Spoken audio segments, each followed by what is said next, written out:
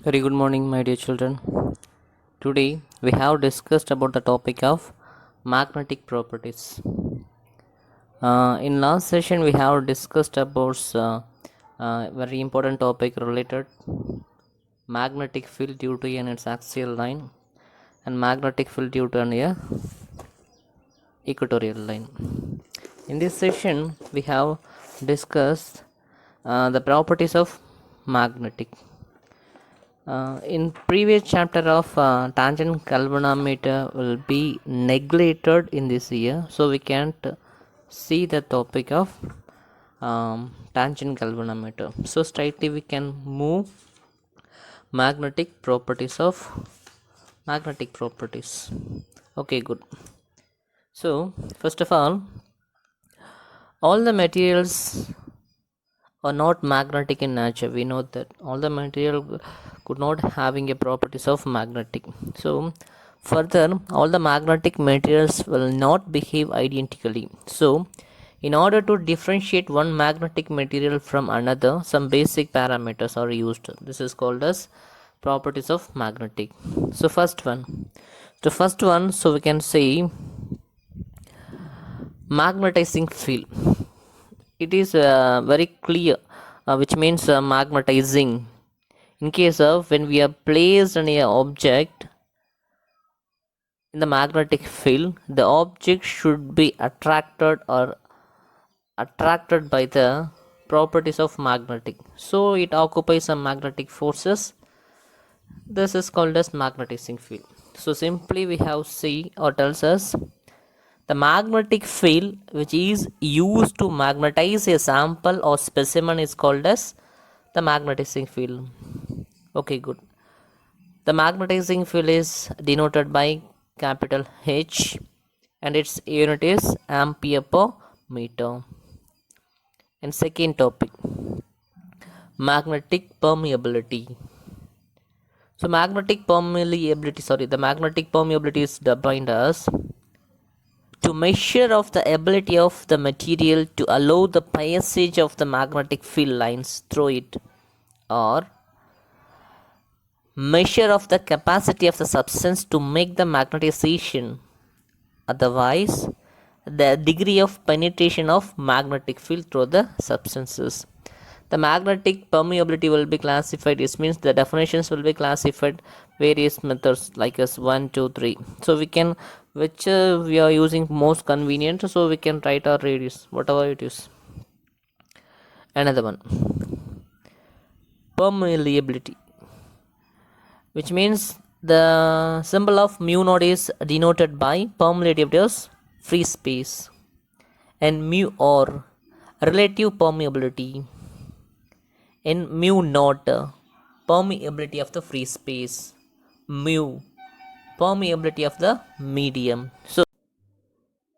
So we can simply tells us what you mean by relative permeability. We can know the symbols of permeability of free space and permeability of the medium in relative permeability. First of all, mu represents permeability of the medium and mu naught represents permeability of free space, and mu or represents relative permeability. So we can write as or defined as, what do you mean by relative permeability is defined as the ratio between permeability of the medium to the permeability of the free space. Okay, good. And relative permeability is a dimensionless number and has no unit because of mu and mu not having both same units. So a numerator and denominator cancel by each other. And one more thing, and an important one mark also, for free space, which means air or vacuum, the relative permeability is unity, implies mu or equal to 1. This is the frequently asked one mark questions. And next content, intensity of magnetization. Intensity. A bulk material or any object of finite size contains large number of atoms. Each atom consists of electron which undergo orbital motions, which means orbital motions means like a circular motion. Due to orbital motion, electron has a magnetic moment. Magnetic moment represents as Pm. The magnetic moment, which is a vector quantity. In general, these magnetic moments orient randomly, therefore the net magnet moment is 0 per unit volume of the material. Such the material is kept in an external magnetic field, the atomic dipole are induced, and hence they will try to align the partially or fully along the directions of external field. So what do you mean by intensity of magnetization? It simply tells us the net magnetic moment per unit volume of the material. So same we know that the symbol of the quantities Pm represents as magnetic moment and V represents as volume of the material. So simply tells us the intensity of the magnetization is defined as the ratio between magnetic moment to the volume of the material. The SI unit of the intensity of magnetization is ampere per meter. And we know that already we have discussed Qm represents as pole strength of the magnet, and L represents as length of the magnet, and E represents as cross section area of the magnet. So the magnetic moment Pm represents as the product of the one of the pole strength of the magnet bow and the distance between them. So we can write as Pm equal to Qm into 2L. So volume of the bow magnet is V equal to A into magnitude of the length of the Bohr magnet. So we can write as 2LE. So the following quantities will be applied in the equations of 3.30. So the magnetic intensity whatever it is. So M capital M represents as magnetic moment Qm into 2L divided by 2LE. So we find the magnitude of the magnetic moment. So we can neglect the vector symbols.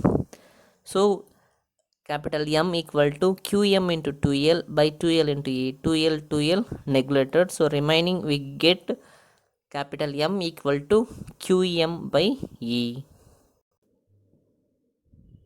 This equation capital M equal to Qm by E. This is tells us for a Bohr magnet the Bohr magnet, the intensity of the magnetization can be defined as the pole strength per unit area. And next topic, magnetic induction or total magnetic field. The same way we have know the symbol of the quantity, we can write us or tells us very easily in this properties. So fourth one, magnetic induction or total magnetic field. The magnetic induction represents as capital B. When a substance like soft iron bar is placed in the uniform magnetizing field H, the substance get magnetized. We know that magnetizing material will be placed into be a magnetic field. The magnetizing material will be magnetized due to the magnetic field. The magnetic induction inside the specimen B is equal to the sum of the magnetic field B naught produced in vacuum due to the magnetizing field and the magnetic field Bm due to the induced magnetism of the substance. So simply we can write as B vector equal to B naught vector plus Bm vector. Here B naught vector tells us magnetic field and Bm vector represents us magnetizing field due to the magnetic field, which means induced magnetism.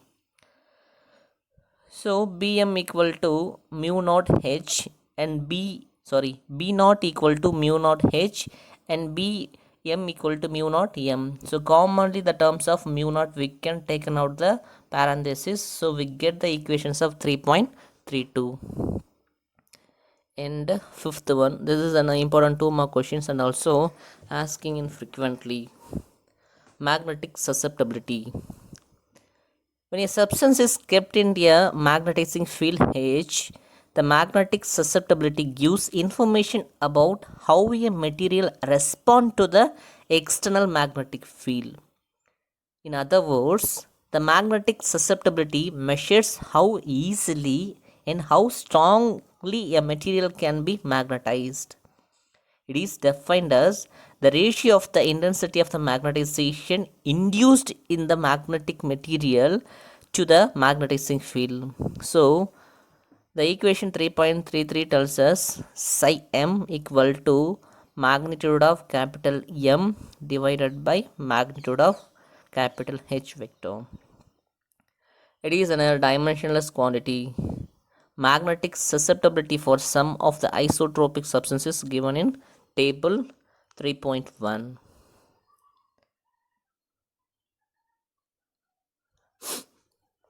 Next topic, classifications of magnetic material.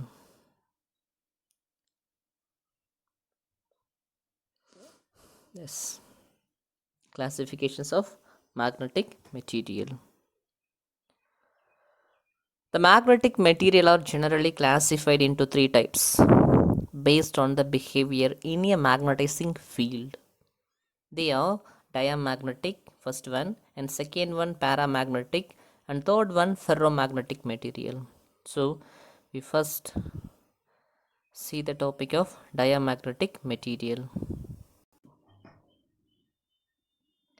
In diamagnetic material, first of all, the orbital motions of electron around the nucleus produces a magnetic field perpendicular to the plane of the orbit.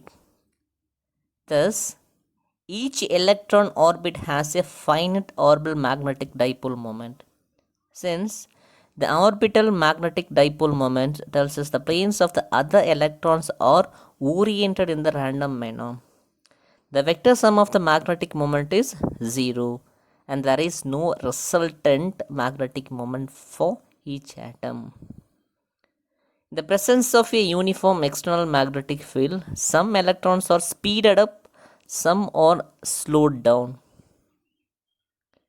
So when we are applying of uniform external magnetic field, the electrons are speeded up some of and some of are slowed down. So the electron whose moments were anti-parallel to the speeded up according to the Lenz's law, and this produces an induced magnetizing moment in a directions of opposite to the field. The induced moment disappears as soon as external field is removed when he placed in a non-uniform magnetic field in opposite direction. The interaction between induced magnetic moment and the external field creates a force which tends to move the material from stronger part to weaker part of the material by repelled by the field. The action is called as diamagnetic action. Such as the material are known as diamagnetic materials. For example, bismuth, copper and water, etc. Any important 2 more questions and also asking 5 more questions also. The classification or properties of para ferromagnetic material. First, we have see the diamagnetic material, the properties of diamagnetic material. The first point, the magnetic susceptibility is negative. And second point, relative permeability is slightly less than unity, which means mu r less than 1. And third point, the magnetic field lines are repelled or expelled by diamagnetic materials when placed in a magnetic field. And finally, Susceptibility is nearly temperature is independent. Susceptibility is independent of temperature. And second topic and second types of magnetic material is para. In some magnetic materials, each atom or molecule has net magnetic dipole moment, which is the vector sum of the orbital and spin magnetic moments of the electrons. Due to the random orientation of these magnetic moments, the net magnetic moment of the material is zero. So, in the presence of an external magnetic field, the torque acting on the atomic dipole will align them in the field directions. As a result, there is a net magnetic dipole moment induced in the directions of the applied field. So, the induced dipole moment is present as long as the external field exists. In another way, when placed in a non-uniform magnetic field, the paramagnetic material will have tendency to move from weaker to stronger part of the field. Materials which exhibit the weak magnetism in the directions of applied field are known as paramagnetic material. For example, aluminum, platinum, chromium, and oxygen. And important things of properties of paramagnetic material. So, first one, the magnetic susceptibility is positive and small. And second point, the relative permeability is greater than 1, which means mu or greater than 1. Third point, the magnetic field lines are attracted into the paramagnetic materials when placed in a magnetic field. And finally, the fourth point, susceptibility is inversely proportional to temperature, whereas susceptibility is increasing with respect to decreasing of the temperature. And important two more questions. Curie's law. Curie's law tells us when temperature is increased, the thermal vibrations will upset the alignment of the magnetic dipole moments. Therefore, the magnetic susceptibility decreases with increase in temperature in many cases. So, the susceptibility of the material is psi m equal to inversely proportional to the temperature. So, psi m equal to C by T. C is the Curie constant. Here, the temperature tells us in terms of Kelvin. So following graph will be tells us the magnetic susceptibility and temperature shown in the figure of 3.19, whereas susceptibility increases and decreases the temperature. And finally we have see the properties of ferromagnetic material. This is the last one. An atom or molecule in a ferromagnetic material possesses net magnetic dipole moment as in paramagnetic material. A ferromagnetic material is made up of a smaller region is called as ferromagnetic domains. Within each domains, the magnetic moments are spontaneously aligned in the directions. This is alignment caused by the strong interaction of arising from the electron spin, which depends on the interatomic distances. Each domain has net magnetization of the in the directions. So, however, the directions of the magnetization varies from the domain to domain. In this net magnetization, the specimen is 0. The presence of external magnetic field, two processes take place. First one, the domain having magnetic moments parallel to the field grow bigger in size. The second one, the other domain are rotated so that they are aligned within the field. The following two cases. And we have see the properties next. Properties of ferromagnetic material. First one, the magnetic susceptibility is positive and large. Second one, relative permeability is large. Third one, the magnetic field lines are strongly attracted into the ferromagnetic materials when placed in a magnetic field. Fourth one, susceptibility is inversely proportional to the temperature, like as para in Curie-Weiss law. This is an two more questions. As temperature increases, the ferromagnetism decreases due to the increased thermal agitations of the atomic dipoles. At a particular temperature, the ferromagnetic material becomes paramagnetic.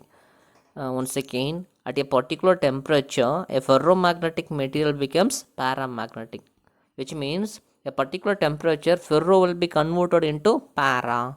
This temperature is known as Curie temperature, Tc. The susceptibility of the material of the above Curie temperature is given by psi m equal to C by T minus Tc. This relation is called as Curie-Weiss law. The constant C is Curie constant and temperature T in the scale of Kelvin. We have plotted the magnetic susceptibility with the temperature is seen in the figure of 3.22 like this. And then this is an most important 2 mark question, Curie-Weiss law.